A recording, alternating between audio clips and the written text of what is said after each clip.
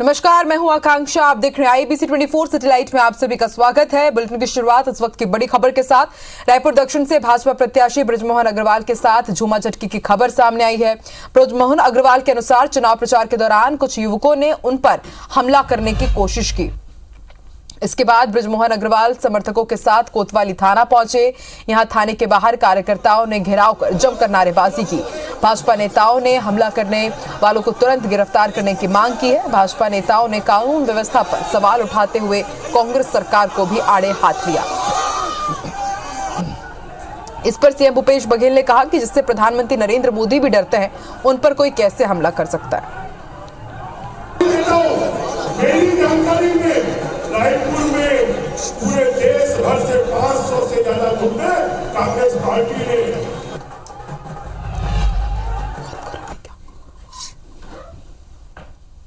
हम मदरसा चौक पे पहुंचे थे और बैद्यनाथपाड़ा में मदरसा चौक पर जैसे ही पहुंचे तो 20-25 लड़के सफ़ेद ड्रेस पहनकर खड़े हुए थे।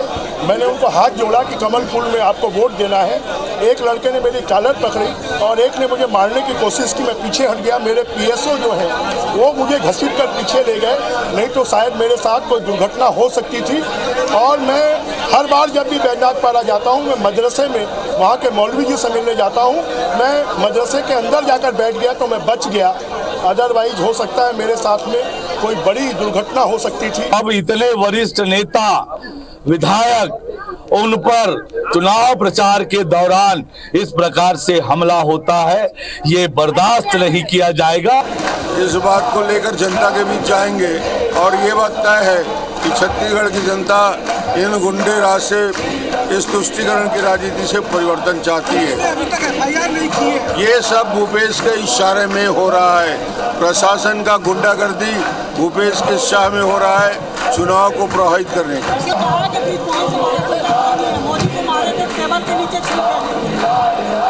अब जिस प्रकार की बयानबाजी मुख्यमंत्री के नाते भूपेश बघेल कर रहा है, ये तो और शर्मनाक है। बृजमोहन अग्रवाल पे कोई हमला कर सकता है भाई, जिससे उस समय याद करो 2000 में नरेंद्र मोदी जी पर्यवेक्षक के रूप में आए थे और बृजमोहन अग्रवाल एकात्म परिसर में जो गुंडागर्दी किए तो नरेंद्र मोदी जी को टेबल में घुस के छुपना पड़ा था। उसे बृजमोहन अग्रवाल को कौन गुंडागर्दी करेगा? उसको जो भाजपा के प्रत्याशी हैं दक्षिण से, वो अपने प्रचार में निकले हुए थे। उस दौरान उनके साथ धक्का मुक्की हुई है। उन्होंने एप्लीकेशन दिया है, उनके प्रतिनिधि के द्वारा एप्लीकेशन दिया गया है, उसमें कार्रवाई, वैधानिक कार्रवाई जो भी है वो की जाएगी। अभी तक कोई नामजद हुई शिकायत हुई है? क्या हुआ है? नामजद शिकायत नहीं हुई है। इसमें फुटेज चेक किया जा रहा है। फुटेज में जो भी तथ्य आएंगे उसके आधार पर कार्रवाई होगी। जांजगीर में एक हाईवा ने कांग्रेस प्रत्याशी शेषराज हरबंश की कार को टक्कर मार दी। राहत की बात यह रही कि जब घटना हुई तब कार में कोई भी सवार नहीं था। कार से उतरकर कांग्रेस प्रत्याशी शेषराज हरबंश समेत अन्य लोग आगे बढ़ रहे थे, तभी यह हादसा हुआ। घटना को लेकर कांग्रेस प्रत्याशी ने साजिश की आशंका जताई है। कांग्रेस प्रत्याशी शेषराज हरबंश की कार को हाईवा ने टक्कर मारी है। राहत की बात रही है कि कांग्रेस प्रत्याशी बाल बाल बची। उनसे हम इस पूरे घटनाक्रम को लेकर के बात करेंगे। किस तरह से ये पूरी घटना हुई है और क्या आपका कहना है इस घटना को लेकर? मैं आज अपना चुनाव प्रचार बोरसी ग्राम से करके तुरंत लौटी थी कार्यालय पे, और जैसे ही कार्यालय के किनारे सामने गाड़ी खड़ी हुई सड़क के किनारे, और मैं गाड़ी से बस उतर ही पाई थी, उतर के 4 कदम ही आगे बढ़ी थी कि सामने से एक हाईवा बहुत तेज़ी से आया और गाड़ी को सामने से पूरी तरह से टक्कर मार दिया। इस घटना को लेकर के आपका क्या कहना है? किस तरह से आपका इस विषय पे कहना है? मुझे तो साजिश लग रहा है। अब ये जांच का विषय है, जांच से पता चलेगा। कौन लोग कर सकते हैं साजिश? देखिए, अभी चुनावी माहौल है, कोई भी कर सकता है। इस घटना में जो ड्राइवर था उसकी क्या स्थिति रही? ड्राइवर की स्थिति उतनी अच्छी नहीं थी, लेकिन ड्राइवर में इतना सेंस तो था कि वो गाड़ी से उतार के उसको लोग लेके आए मेरे पास, तब उसने मेरे से सॉरी बोला। इतनी सेंस तो उसमें थी कि उसको पता है कि उसने क्या किया। क्या शराब पी रखा था ड्राइवर? अब ये तो देखिए मेडिकल रिपोर्ट में पता चलेगा। ये थे हमारे साथ कांग्रेस प्रत्याशी शेषराज हरबंश जी, जिनका कहना है कि ये जो एक्सीडेंट की घटना है वो कहीं न कहीं साजिश है और उन्होंने इस मामले में जांच की मांग की है। राजकुमार साहू, IBC 24, जांजगीर। डिंडौरी जिले के बजाख तहसील मुख्यालय में आयोजन स्थल को लेकर कांग्रेस और निर्दलीय प्रत्याशी आपस में भिड़ गए। विवाद की जानकारी मिलते ही पुलिस बल मौके पर पहुंची और लाठीचार्ज किया, तब जाकर के मामला शांत हुआ।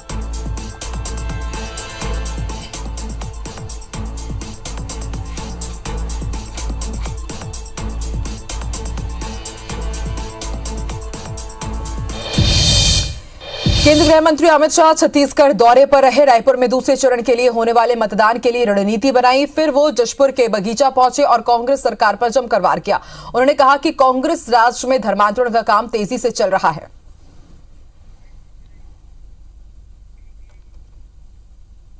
कांग्रेस सरकार 70 साल से राम जन्मभूमि को अटका रही थी, भटका रही थी, लटका रही। नरेंद्र मोदी जी प्रधानमंत्री बने, उन्होंने राम मंदिर का भूमि पूजन भी किया और 22 जनवरी 2024 को राम जन्मभूमि का प्राण प्रतिष्ठा भी करने वाले।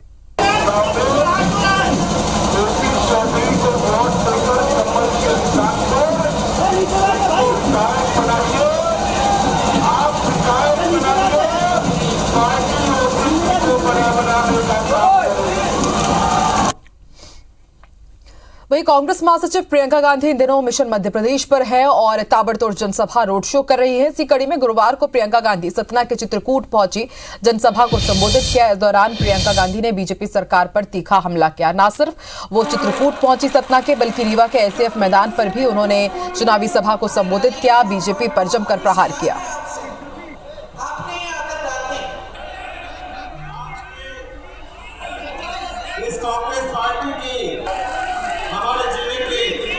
प्रभारी मंत्री, हमारे जिले के प्रभारी पूर्व सांसद और यहाँ पर उपस्थित हमारे राज्यसभा सांसद मध्य प्रदेश जी, हमारे यहाँ के पूर्व मंत्री, विधायक, सभी जिला। मैं चाहती हूँ कि आप ध्यान से सुने और समझें कि किस आधार पर हम ये गारंटी दे रहे हैं।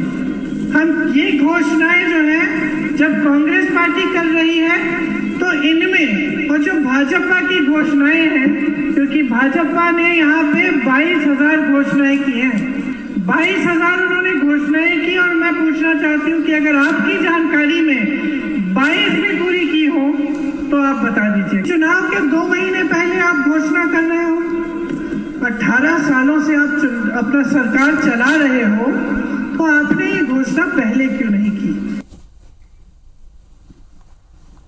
आज मैं सभा में, हर सभा में जाती हूँ, मेरे से पहले इंदिरा गांधी अमर रहे का नारा गूंजता है। क्यों? आपके मन में उनके लिए इसलिए श्रद्धा है क्योंकि उन्होंने सिर्फ काम करके नहीं दिखाया, उन्होंने इस देश के लिए, आपके लिए, इस धरती के लिए अपनी जान दे दी। ये होता है नेता और जनता के बीच का रिश्ता। कांग्रेस नेता राहुल गांधी ने मुख्यालय को साधने के लिए जबलपुर में विशाल रोड शो निकाला। जबलपुर के पश्चिम और उत्तर विधानसभा क्षेत्र में रोड शो किया और मौके का जायजा लिया संवाददाता विजेंद्र पांडे ने। कांग्रेस पार्टी के पूर्व राष्ट्रीय अध्यक्ष राहुल गांधी इस वक्त जबलपुर में एक रोड शो निकाल रहे हैं और महाकौशल के मुख्यालय जबलपुर में राहुल गांधी के इस रोड शो के गहरे मायने हैं। आप देखेंगे कि सैकड़ों की तादाद में कांग्रेस के जो कार्यकर्ता हैं वो इस रोड शो में शामिल हैं। ये रोड शो जो है राम धुन के साथ निकाला जा रहा है, राम धुन लगातार बजाई जा रही है। 2018 के चुनाव में यहाँ कांग्रेस पार्टी को बड़ी बढ़त हासिल हुई थी और कांग्रेस सरकार बनाने में कामयाब हुई थी।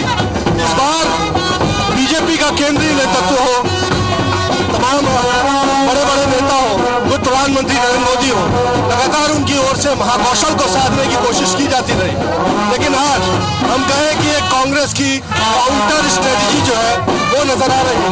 उत्साह और इसको लेकर जो माहौल है ये वोट में किस तरह से परिणित हो पाता है ये देखना दिलचस्प होगा।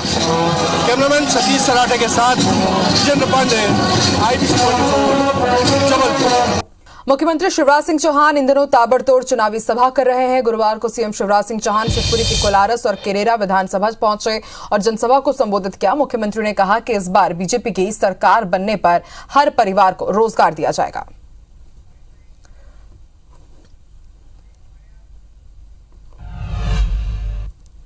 मैं खड़ा रहूंगा, आप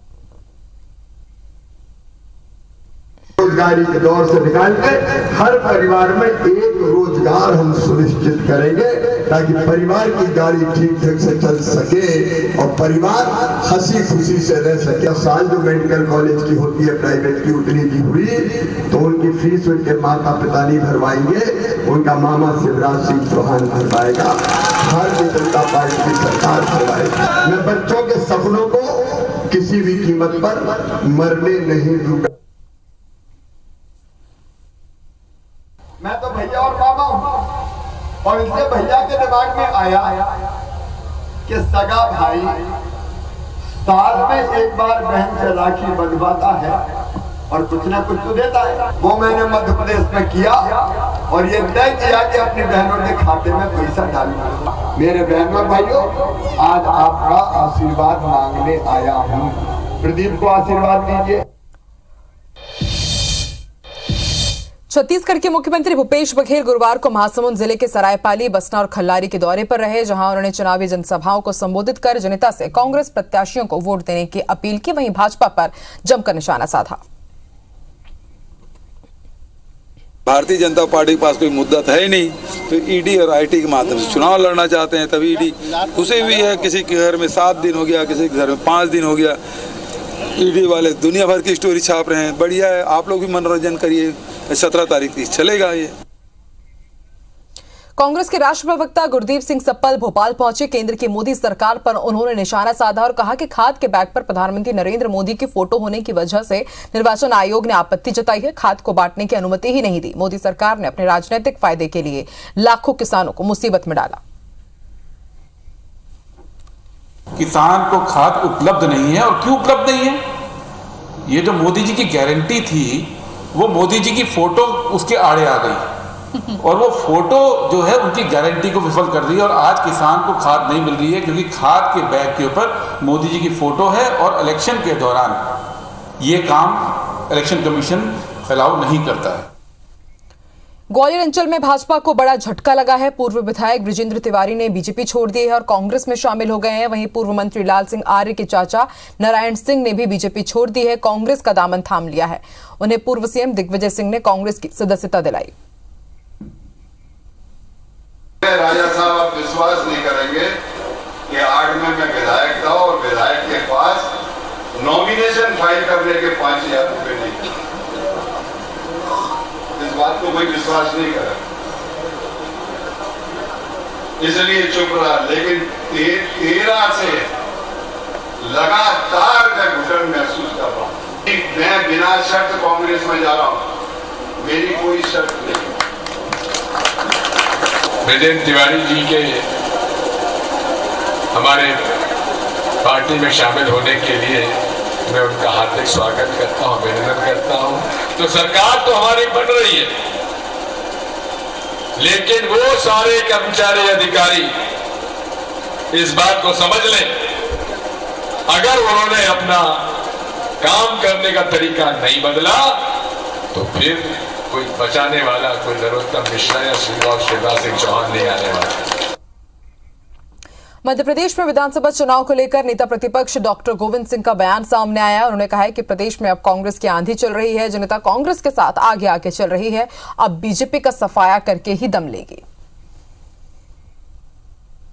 कांग्रेस की आंधी चल रही है, जनता आक्रोशित है। जनता कांग्रेस के साथ आगे आगे कदम मिलाकर भारतीय जनता पार्टी का सफाया कराने की कटिबद्ध है।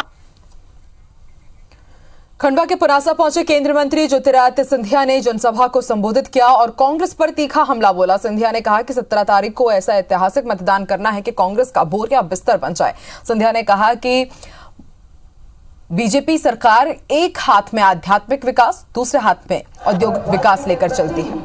संख्या बल में किसी प्रकार कम ऐसा ऐतिहासिक मतदान करना कि कांग्रेस की बोरी और बिस्तर बांध करके ताला लगाकर ओंकारेश्वर मंदिर के पास जो हमारी नदी चलती है उस नदी में किल्ली को फेंकने का। छत्तीसगढ़ में महादेव ऐप को लेकर कांग्रेस और भाजपा नेता एक दूसरे पर वार पलटवार कर रहे हैं। गुरुवार को इसी मुद्दे पर राजीव भवन में मुख्यमंत्री के सलाहकार विनोद वर्मा ने पत्रकारों से चर्चा की। उन्होंने कहा कि शिवम सोनी की वीडियो में एक वर्मा जी का जिक्र आया, लेकिन भाजपा के राष्ट्रीय प्रवक्ता सिद्धार्थनाथ सिंह, केदार गुप्ता और अनुराग अग्रवाल ने बगैर किसी साक्ष्य या जांच कराए इसे मेरे नाम से जोड़ दिया। इसलिए मैंने तीनों भाजपा नेताओं को अपने वकील के माध्यम से नोटिस भेजा है। तीनों माफी मांगे, नहीं तो मानहानि का दावा करूंगा। ईडी की जांच कांग्रेस नेताओं, खासकर मुख्यमंत्री और उनके आसपास के जो लोग हैं उन्हीं को घेरने, लपेटने और बदनाम करने की साजिश तक है।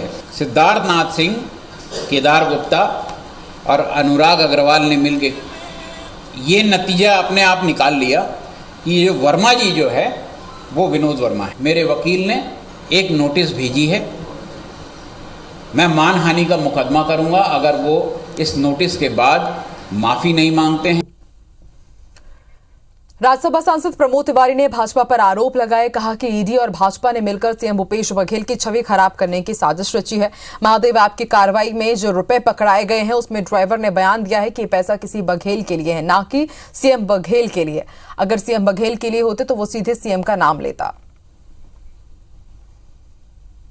500 करोड़ रुपए लेके एक भवन के पास पकड़ा गया है और ईडी ने एक कबूलनामा लिखा, उसका खुद नहीं कह रहा है वो, ईडी ने जारी किया कि साहब ये 500 करोड़ किसी बघेल को। अब मुख्यमंत्री की तो किसी नहीं हो सकता। गाड़ी कहाँ की है, किसकी है? मंत्री एक विधायक के भाई की, पूर्व मंत्री रहे। पूर्व मुख्यमंत्री अखिलेश यादव पन्ना पहुंचे और अजयगढ़ में सभा को संबोधित किया। कहा कि समाजवादी पार्टी जातिगत जनगणना के पक्ष में है, लेकिन बीजेपी और कांग्रेस जातिगत जनगणना नहीं कराना चाहती। समाजवादी पार्टी मनुवाद और सामंतवाद का खात्मा करना चाहती है। मध्य प्रदेश की जनता पे भरोसा है और हमें समाजवादियों के सिद्धांत और कार्यक्रमों पे भरोसा है। समाजवादी पार्टी का मानना है कि जाति जनगणना हो, 27% आरक्षण मिले, तभी सामाजिक न्याय का नारा पूरा होगा।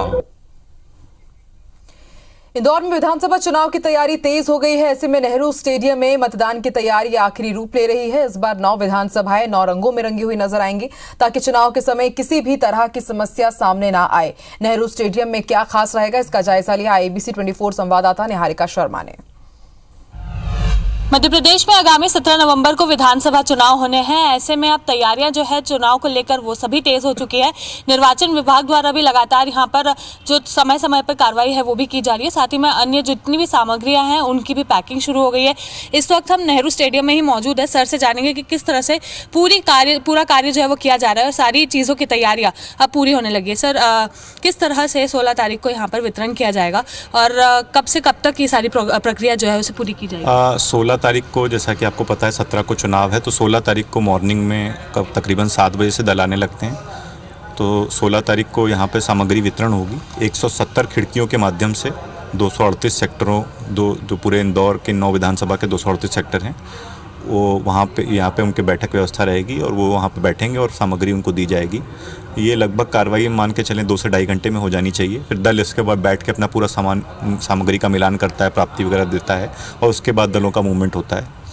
इसी तरीके से 17 को इसी स्थान पे, जिस स्थान पे वो 16 को समान सामग्री प्राप्त कर रहे हैं, उसी स्थान पे वो अपने पूरे चुनाव संपन्न कराने के बाद यहाँ पे आके बैठ जाएंगे। ईवीएम मशीन्स जो है, वीवीपैट है, इन सबको भी हम 16 को ही यहाँ से निकालेंगे या बाहर जाने वाली जो मशीन्स है या जो भी सामग्री होगी उसे कुछ समय पहले भी निकाली जाएगी? ईवीएम वीवीपैट जो है वो दल को ही दी जाती है और दल यहीं से मूवमेंट कर जाते हैं 16 को ही मतदान केंद्र में, तो उन्हीं को दी जाती है। जी बिल्कुल। तो आइए, अभिलाष जी ने हमें खुद बताया कि किस तरह से कार्य जो है वो पूरा किया जाना है। सारी तैयारियाँ जो है नेहरू स्टेडियम में पूरी की जा रही है। इस वक्त हम वहीं पर मौजूद है, आप देख सकते हैं कि किस तरह से यहाँ पर पूरा टेंट जो है वो भी लगाया जा रहा है, लाइट्स का भी पूरी तरह से व्यवस्था की जा रही है। कुछ ही समय है जब यहाँ पर सारी सामग्री जो है उसका भी वितरण होना है। अगर हम देखें तो सामान ने भी आना शुरू कर दिया गया है और उसी के साथ में अब कुछ ही समय रह गया है, क्योंकि 17 नवंबर को चुनाव है और ऐसे में 16 नवंबर को यहाँ पर जो है वितरण किया जाएगा। 15 नवंबर तक सारी जो प्रोसेस है उसे पूरा करना है, ताकि कार्य जो है वो सभी समय पर संपन्न हो सके और यहाँ पर किसी भी तरह की परेशानी ना हो। क्योंकि अगर हम देखें तो इंदौर संभाग का सारा सामान जो है वो इधर से ही जाना है और ऐसे में किसी भी तरह की जो चूक है वो भी नहीं देखी जा सकती है। और इसी के चलते स्टेशनरी के साथ ही ईवीएम वीवीपैट की भी सारी जो व्यवस्था है वो यहीं की जा रही है। यही वो जगह है जहाँ से हर जगह के लिए सामान जो है उसे डिस्पैच किया जाएगा और उसके बाद चुनाव होने के बाद यहीं पर आकर सारी चीज़ें पुनः जमा की जाएगी। कैमरा पर्सन नंदन सिंह पवार के साथ मैं निहारिका शर्मा, IBC 24 इंदौर। और इसी बीच एक बड़ा अपडेट आपको बता दें, बृजमोहन अग्रवाल का धरना खत्म हो गया है। एफआईआर के बाद बृजमोहन अग्रवाल ने धरना खत्म कर दिया। पिछले 5 घंटे से बृजमोहन अग्रवाल धरने पर बैठे हुए थे। कोतवाली में बीजेपी कार्यकर्ताओं ने भी अपना धरना खत्म कर दिया। मारपीट, गाली गलौज समेत जान से मारने की धमकी दी गई थी और अब इस मामले में एफआईआर दर्ज हो गया। एफआईआर की कॉपी भी हम आपको दिखा रहे हैं और इसके साथ ही वो वीडियो जो आज बैजनाथ पारा से सामने आया। आज बृजमोहन अग्रवाल के साथ चुनाव प्रचार के दौरान कुछ लोगों ने झूमा झटकी की है, उसकी तस्वीरें आप देख रहे हैं। 5 घंटे तक ये धरना प्रदर्शन चला, तुरंत कार्रवाई करने की मांग की जा रही थी और अब 5 घंटे बाद बृजमोहन अग्रवाल और भाजपा के कार्यकर्ताओं का धरना खत्म हो गया है।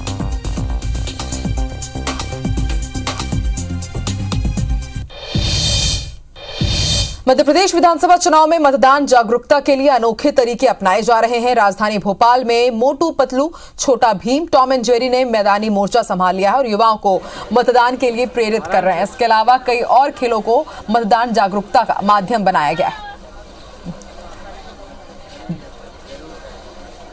मध्य प्रदेश में विधानसभा चुनाव का रंग जो है वो नेताओं पर सर चढ़कर बोल रहा है, लेकिन जिस तरीके से प्रशासन की बात करें या निर्वाचन आयोग की, तो दोनों ही तरफ से ज़्यादा मतदान मध्य प्रदेश में हो सके, इसको लेकर कवायदें की जा रही हैं। एक कवायद हम आपको दिखाने जा रहे हैं।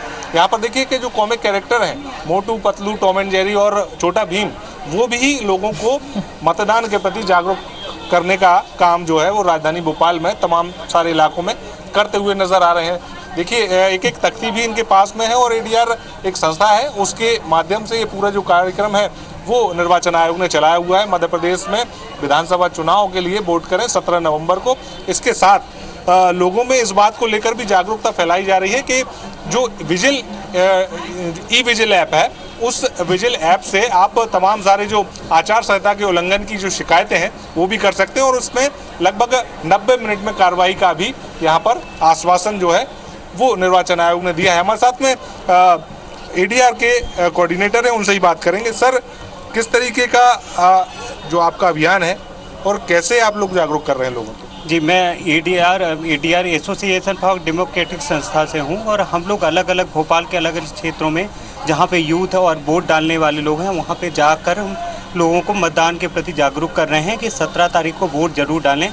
पर वोट डालने के पहले हम अपने नेता के बारे में थोड़ी जानकारी इकट्ठी कर लें कि वो कितने पढ़े लिखे हैं, उनकी संपत्ति कितनी है, उनके ऊपर कोई आपराधिक रिकॉर्ड तो नहीं है। और ये सब जानकारी लेने के बाद ही हम वोट डालने जाएं। किसी जाति धर्म के नाम पे हम वोट न दें। इस प्रकार का हम संदेश लोगों को देने का कोशिश कर रहे हैं। बिल्कुल, देखिए 15 से 16 तारीख तक ये अभियान चलेगा, लेकिन लोगों में मतदान को लेकर जागरूकता है। इसको लेकर तमाम सारी कोशिशें, तमाम सारी कवायदें जो है वो यहाँ पर निर्वाचन आयोग के साथ साथ तमाम सारी संस्थाएं जो है वो करती हुई नजर आ रही हैं। लेकिन मध्य प्रदेश में किस तरीके से मतदान का प्रतिशत बढ़ेगा ये तो आने वाला समय ही बताएगा। कैमरा पर्सन संजय शुक्ला के साथ दुष्यंत पारसर, IBC 24 भोपाल। इंदौर हुकुमचंद मिल मामले में हाईकोर्ट में सुनवाई हुई। मध्य प्रदेश गृह निर्माण मंडल ने मजदूरों को भुगतान करने की जगह कोर्ट से समय मांगा है। इस पर कोर्ट ने नाराजगी जताई है और कहा कि पहले ही आप समय दे चुके हैं। जब सभी की सहमति से भुगतान किया जाना तय हुआ है तो फिर इसमें विलंब क्यों हो रहा है? तो माननीय न्यायालय ने ये कहा था कि अब ज़्यादा समय नहीं दे सकते, काफ़ी समय हो गया है, लेकिन आपको 15 दिन का हम समय देते हैं। 15 दिन के आप के अंदर स्पष्टीकरण दे करके और मजदूरों को भुगतान करें। और हमने भी निवेदन करा कि साहब ये पैसा दिवाली के पहले यदि मजदूरों को मिल जाता है। मजदूर काफ़ी आस लगा करके बैठे थे कि हमारी 31-32 साल की दिवाली काली मनी है। शायद हो सकता है कि ये वाली दिवाली हमारी कोई अच्छी मन जाए। मंदसौर के ग्राम कालियाखेड़ी में एक निर्माणाधीन मकान में गुरुवार सुबह अचानक मगरमच्छ घुस गया, जिसे देखने के लिए बड़ी संख्या में ग्रामीण इकट्ठा हो गए और वन विभाग को सूचित किया, जिसके बाद वन विभाग की टीम ने गांव पहुंचकर मगरमच्छ को रेस्क्यू किया और मगरमच्छ को लेकर चंबल नदी में छोड़ा। निर्माणाधीन मकान ग्रामीण प्रभुलाल गुर्जर का बताया जा रहा है।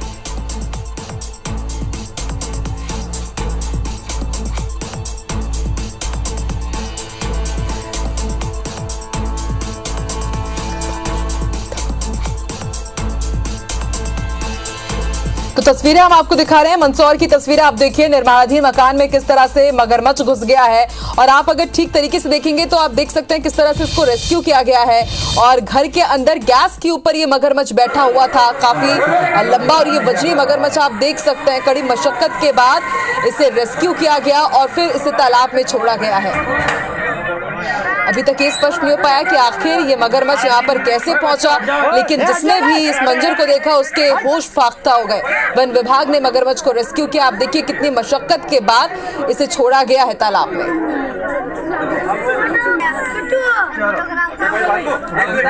ग्रामीणों का हुजूम आप देखिए किस तरह से उमड़ा हुआ था। जिसने भी ये खबर सुनी तुरंत वो मौके वारदात पर पहुंचा और देखिए नारायणगढ़ थाना क्षेत्र के ग्राम कालियाखेड़ी का ये मामला हम आपको दिखा रहे हैं। मगरमच्छ को देखने के लिए ग्रामीण उमड़ पड़े और कड़ी मशक्कत के बाद फिर वन विभाग की टीम ने इसे रेस्क्यू किया, चंबल नदी में इसे छोड़ा।